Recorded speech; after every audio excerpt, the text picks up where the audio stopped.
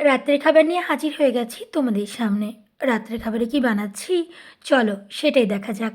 এখানে তরকা ডালটাকে সেদ্ধ করে নিয়েছি ভালোভাবে। তরকা ডালটাকে সেদ্ধ চাপানোর সময় আটাটাকে মেখে রেখেছিলাম। আমরা কিন্তু রাত্রিবেলা রুটি খাই। আর তোমরা রাত্রিবেলায় কি খাও, ভাত নাকি রুটি? আটাটাকে যদি আধ ঘন্টা কিংবা 1 ঘন্টা মেখে রেখে দেওয়া হয় তারপর রুটি তৈরি করলে রুটিগুলো কিন্তু অনেক সুন্দর তৈরি হয়। খাবার খেতে তো খুব ভালো লাগে এবং খাবারটা খেয়ে নিয়ে বিচার করতেও খুব ভালো লাগে। এই যেমন নুন কম হয়েছে, ঝাল কম হয়েছে, ভালোভাবে রান্না হয়নি, কিন্তু এই রান্না করার পেছনে রয়েছে অনেক পরিশ্রম। রান্না তৈরি করা মানে হচ্ছে প্রথমে এই যেমন আটা মেখে রাখলাম, সবজি তৈরি করলে সবজিটা কেটে নিতে হয়, ধুয়ে নিতে হয়। খাবার খাওয়ার পর যেমন এক গাদা বাসন সিঙ্কে জড়ো হয়ে যায়, তারপর সেই বাসনগুলোও ধুতে হয়। তাহলে ভাবো তো কত পরিশ্রম করে আমাদেরকে রান্না তৈরি করতে হয়।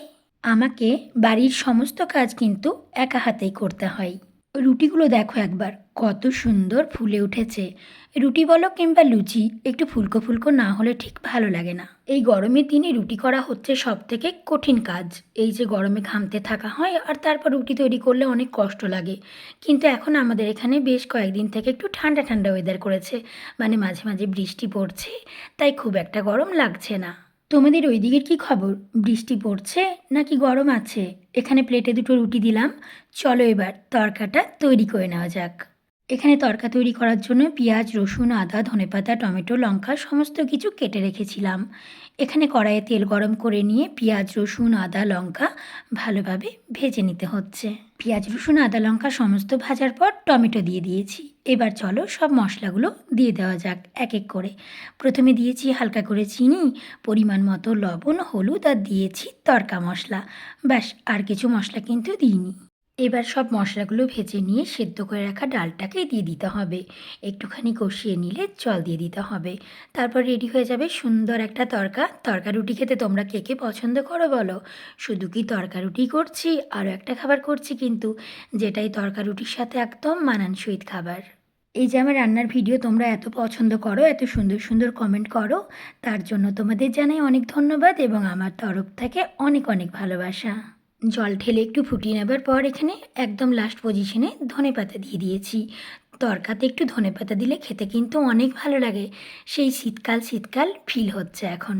দেখো তো তরকাটা কত সুন্দর রান্না হয়েছে। চলো এবার বাটিতে দিয়ে দিই। গরম গরম তরকা কিন্তু আমার রেডি হয়ে গেছে। দেখতে যেমন সুন্দর হয়েছে, খেতেও কিন্তু অনেক ভালো হয়েছে। তরকা রুটির সাথে একটু কাঁচা পেঁয়াজ না হলে ঠিক ভালো লাগে না। এখানে দিলাম দুটো কাঁচা পেঁয়াজ। তারপর চলো ডিমের অমলেটটা তৈরি করে নিই। এখানে আমি একটা বাটিতে দুটো ডিম ফাটিয়ে নিয়েছি। তারপর পেঁয়াজ কুচি, লঙ্কা কুচি আর তার সাথে দেবো একটুখানি ধনেপাতা কুচি। তোমরা কি ধনেপাতা কুচি দিয়ে ডিমের অমলেট বানাও? যদি না বানিয়ে থাকো একবার বানাবে, খেতে কিন্তু অনেক ভালো লাগে। তারপর দিয়েছি পরিমাণ মতো লবণ। ডিমটাকে ভালোভাবে ফেটিয়ে নিয়ে কড়াই গরম করে কড়াইয়ে সরিষার তেল দিয়ে তারপর কিন্তু ডিমটাকে দিয়ে দেবো।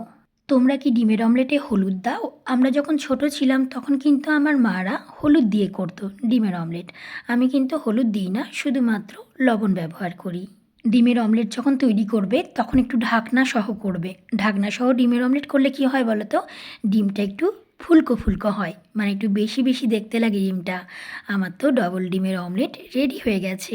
এবার এখানে প্লেটে অমলেটটাকে দিয়ে দিলাম। দেখো তো কত সুন্দর রাত্রের খাবার রেডি হয়ে গেছে। আমরা যখন রাত্রে খাবার খাই 7:30 কিংবা 8:30টার মধ্যেই খাবার খেয়ে নিই। আর তোমরা কে কয়টার সময় খাবার খাও? আমি যখন খাবার খাই মোটামুটি দুটো রুটি খাই। আর তোমরা কে কয়টা রুটি খাও? এখানে রুটিটা কেটে নিয়ে তরকার সাথে দিয়ে একটু পেঁয়াজ কুচি দিয়ে আমি কিন্তু আরামসে টুকটুক করে খেয়ে নিয়েছি। আর ডিমের অমলেটটা কিন্তু দারুণ তৈরি হয়েছে, একদম গরম গরম। চলো তাহলে খাবারটা খেয়ে নিই এবার।